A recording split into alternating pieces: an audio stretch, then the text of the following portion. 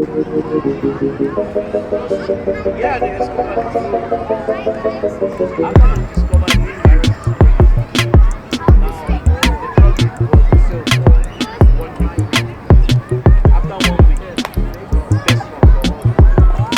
Then it passed. But now they're giving another drug for prevention. Like after then now they want the prevention.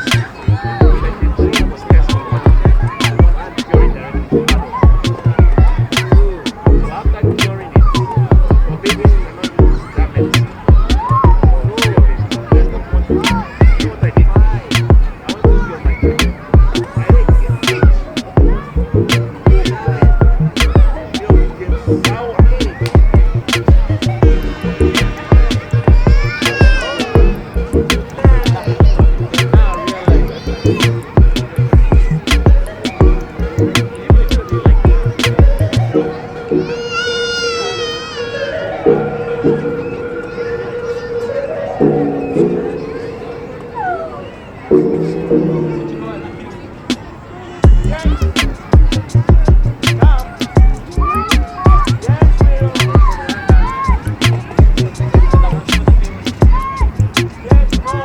Yes, no.